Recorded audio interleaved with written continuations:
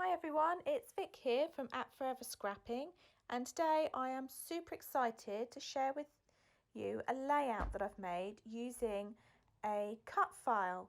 Now, my friend Marie from Pear Tree Cut Files is setting up her own business, and this is one of her first cut files that she's kindly released for the next week free for people to use, and I absolutely love it. Now when I saw it, it was just brilliant. I love a rainbow on a layout, and I love the title underneath it, all incorporated, Rainbow Days. I thought it was perfect, and I had just the photos that I wanted to use with it.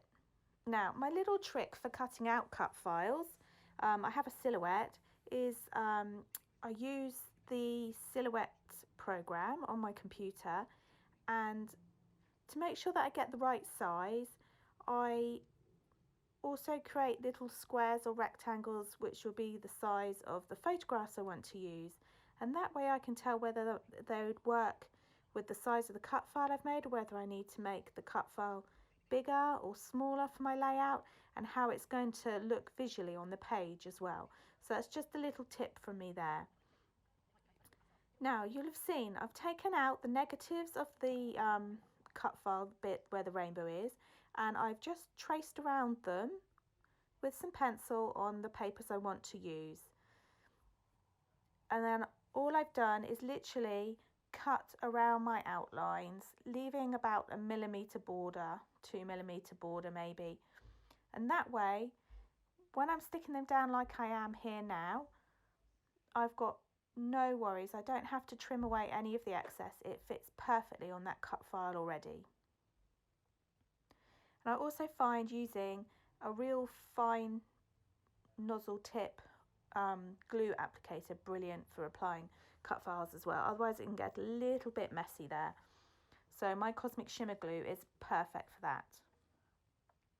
So just tidying up a few little blobs of glue that I've got there. But as you can see, I've backed that rainbow and it's already coming to life. It's such a beautiful, beautiful cut file. Now Marie's business, her new venture and journey in the crafting world is officially open for business on the 1st of August, I think it is.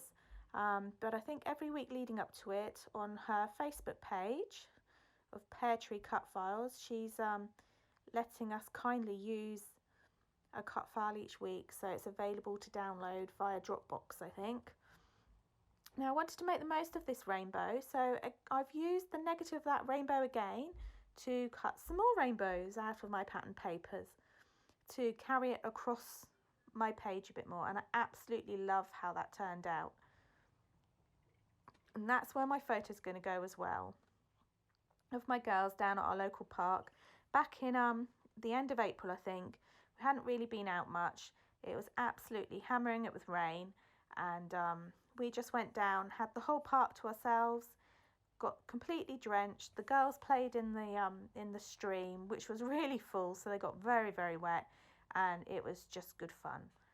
So the rainbow, to me, it symbolises the hope that, you know, we can still go out and have our own fun and make our own magic, even in these uncertain times. And also they just bring colour to my days. Even on a dark, gloomy day, they bring colour to my life. So I had to use this cut file. I just thought it was perfect for everything. Absolutely loved it. So I've used my my Sizzix, my Big Shot, to die cut a couple of white clouds to go on my layout, just to fill up some of that space and carry on sort of the sky theme. And I'm using some of the new Sweet Story by Maggie Holmes Crepe Paper collection, just to back my cut files there for the hearts. As you can see, just drawing around the shape again, and then I literally just cut those shapes out and they're already the right size to back the cut file. Now I wasn't really sure what to do with the rainbow and the days. With a white background it wasn't really standing out, and I thought about backing it but then days still wouldn't stand out. So what I've done is I've cut the words out again in some black cardstock and then stuck it behind to give it like a shadow effect. And I did toy with the idea here of putting it on some coloured background paper as well to try and help bring it out from the page. But as you'll see later, I did go back to a plain white cardstock. I do love my white cardstock, but I love the shadow effect that gave. Absolutely love it.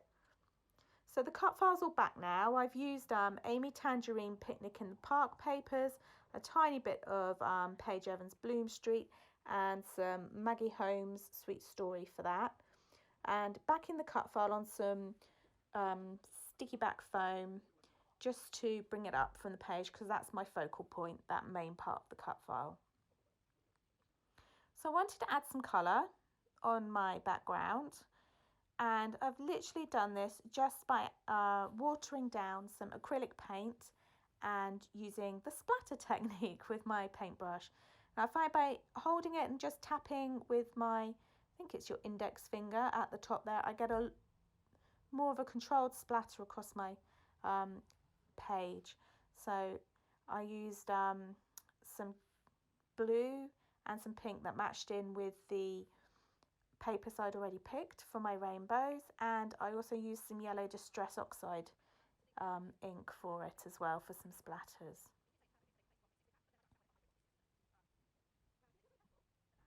So now really it's just a case of putting my layout together,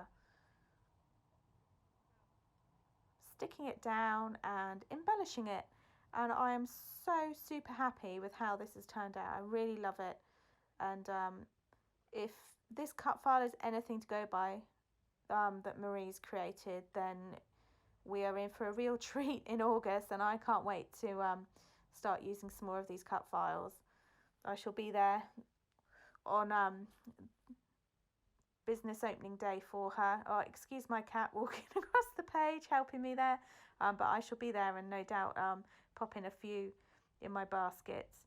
And I do believe she's going to do some pre-cut files as well. So if you haven't got one of these machines, like a Cricut or a Silhouette, don't worry, I think she is, I hope I'm right there, cutting cut files as well to post out to you. So there's something for everyone.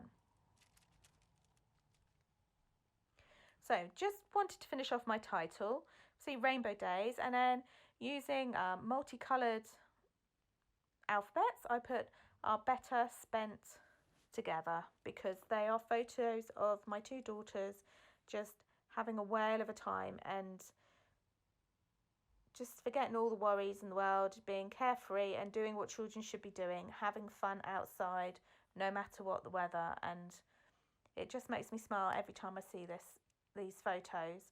I've got quite a few from the day, so I'm sure I should be doing more layouts with them, but yeah, I just love them. So I didn't have enough letters in my alphabet stickers. I really need to invest in some more. So what I've done there is just use a white pen to alter some of the letters to make myself an A and an E. Really easy, simple, cheats way of doing things if you don't have enough of the alphabets that you want.